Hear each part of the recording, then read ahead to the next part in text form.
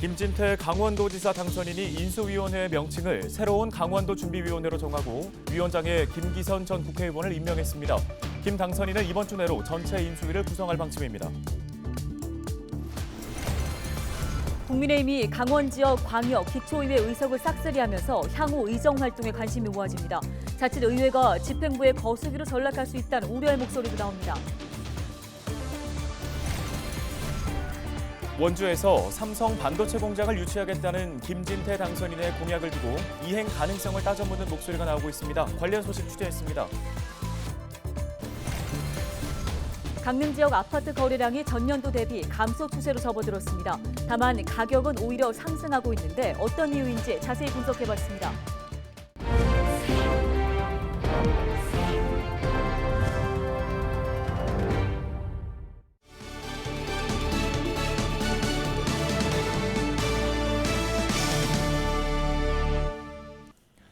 시청자 여러분 안녕하십니까? 헬로티비 뉴스입니다. 이번 지방선거에서 국민의힘 바람이 거셌습니다. 단체장뿐만 아니라 지방의회 역시 국민의힘 출신 후보들이 대거 당선되면서 향후 의정 활동에 관심이 쏠립니다. 네, 지방의회가 집행부를 얼마나 제대로 견제하고 감시할 수 있을지가 관심인데요. 특히 국민의힘이 의석의 90%를 차지한 강원도 의회는 집행부의 거수기로 전락하진 않을지 우려의 목소리가 높습니다. 양진호 기자입니다. 지난 2018년 지방선거 당시 더불어민주당이 의석의 80% 가까이를 차지했던 강원도 의회. 하지만 이번 선거에선 상황이 정반대가 됐습니다. 전체 49석의 의석 중 국민의힘은 43석을 차지했습니다. 더불어민주당은 비례대표를 포함해 6석을 얻는 데 그쳤고 그 외 소수 정당은 의회 진출에 실패했습니다. 지역 기초의회도 상황이 마찬가지입니다. 4년 전에는 전체 169명의 시군 의원 중 과반 이상이 민주당이었지만 이번 선거 결과 174석의 의석 중 국민의힘이 101석을 쓸어 담았습니다. 18개 시군의회 가운데 14곳에서 국민의힘이 과반 이상을 차지했고 민주당이 과반을 넘긴 곳은 정성군의회 단 한 곳입니다. 새롭게 출범할 김진태 도정은 이러한 의회 점유율을 바탕으로 안정적인 도정 운영이 가능해졌습니다. 반면 감시와 견제 기능이 약화된 의회가 거수기 역할을 할 수 있다는 우려도 나옵니다.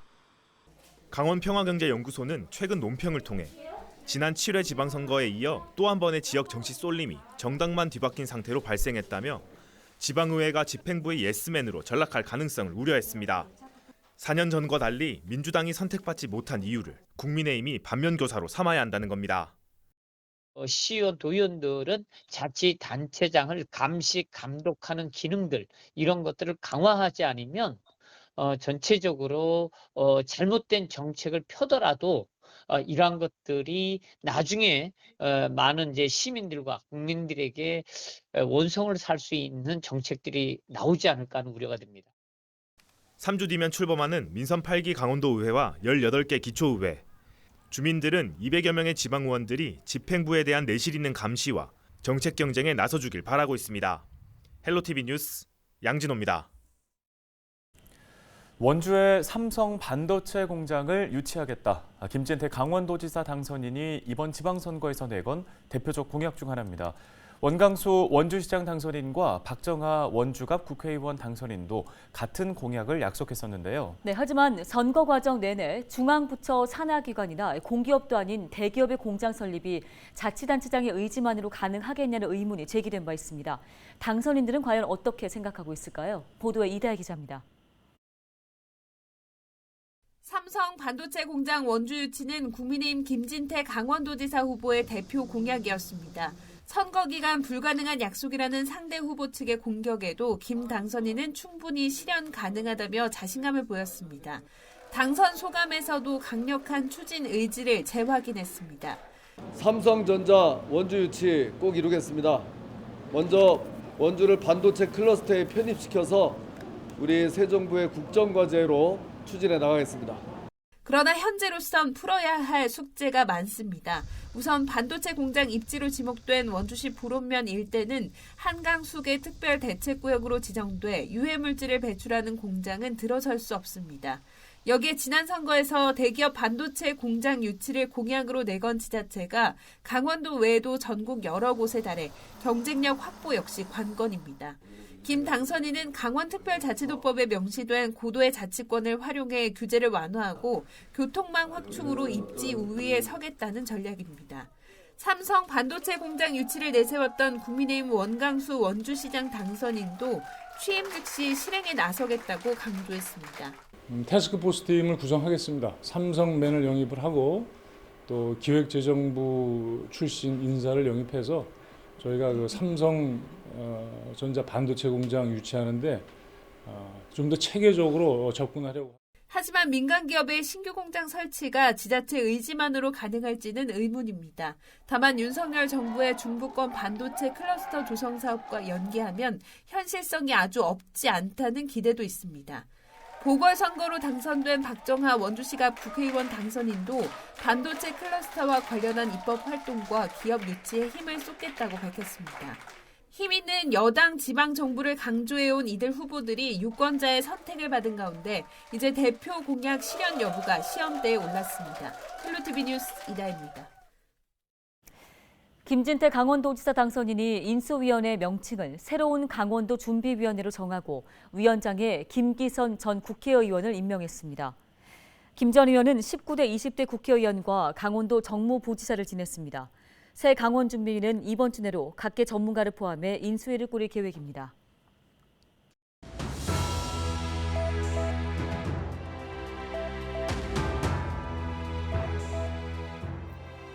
(12대 5) 지난 6월 1일 치러진 제8회 전국 동시지방선거에서 국민의힘과 더불어민주당이 거둔 성적표입니다.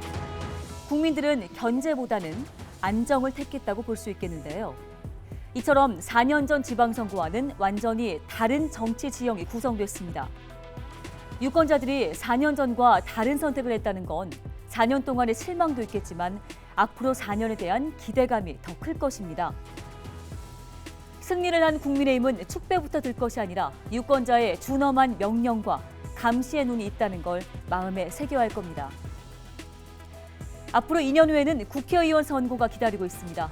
이번에 국민의 선택을 받은 사람들이 어떻게 하느냐에 따라 각 정당, 후보자들마다 희비는 엇갈리게 되겠죠. 당선인들은 오로지 국민만 바라보고 지역 주민만을 바라보며 유권자에 대한 약속인 공약을 성실히 이행해 주기를 기대해 보겠습니다. 데일리 브리핑이었습니다.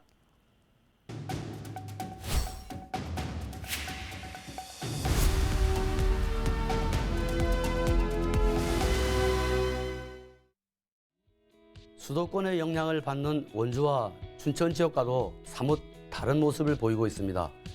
강릉을 비롯한 영동 지역의 자연 환경과 함께 교통망 확충으로 영동권 투기 수요보다 재평가를 받고 있다고 볼 수 있습니다. 강릉 지역의 아파트 거래량은 전년도에 비해 줄어드는 추세이며 매매가는 상승세를 띠고 있습니다. 근래에 입주한 신축 아파트의 경우 분양가의 배로 가격이 상승했으며 구축 아파트도 동반 상세를 이어가고 있습니다.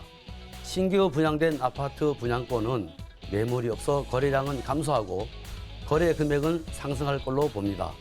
특히 강릉 지역은 수도권과 달리 아파트 가격 상승세가 지속적으로 이어지고 있는 모습입니다.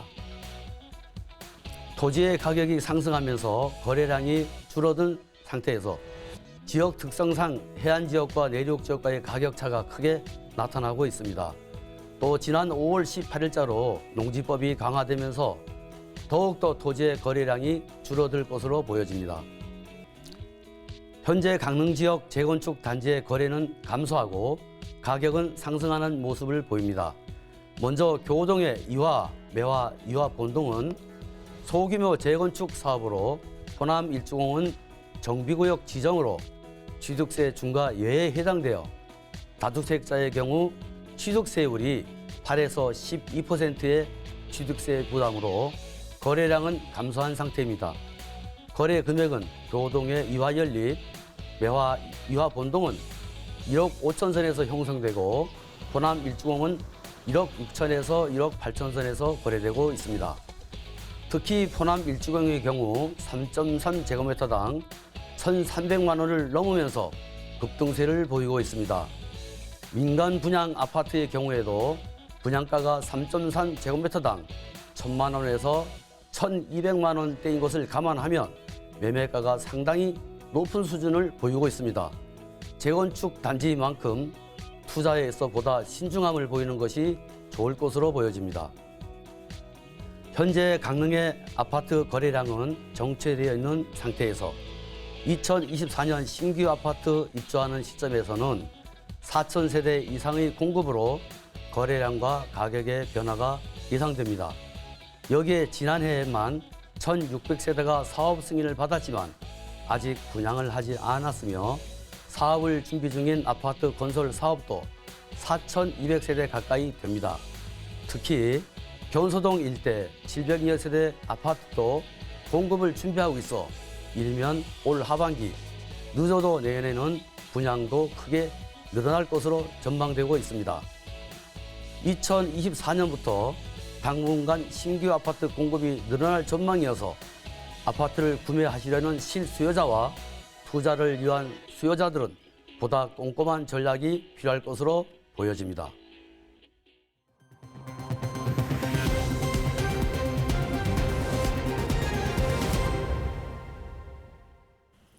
다음 소식입니다. 강릉시가 경포와 주문진, 정동진과 옥계 등 17개 해수욕장을 오는 7월 8일 일제히 개장해 45일 동안 운영합니다.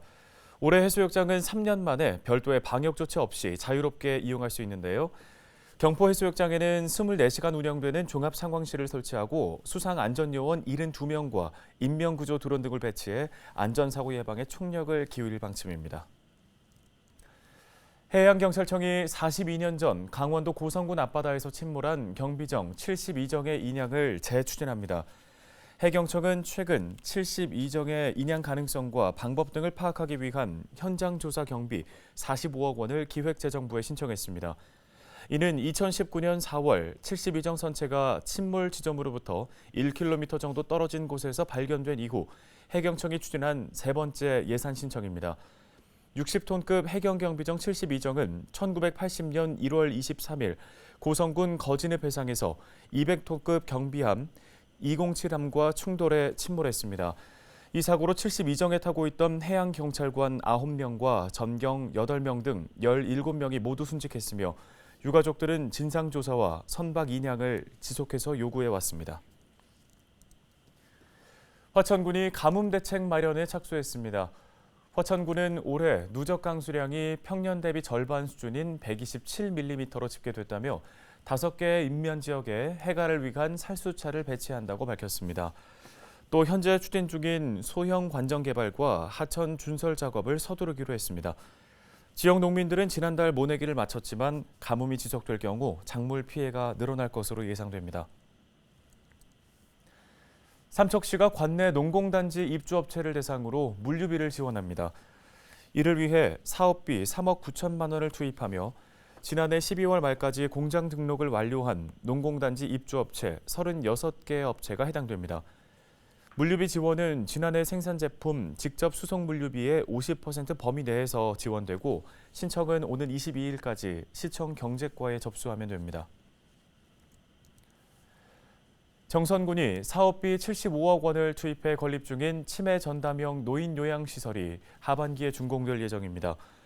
정선읍 신월리 일대에 지어지는 요양보호소는 지하 1층, 지상 2층 규모로 57명의 치매 어르신을 수용할 수 있는데요.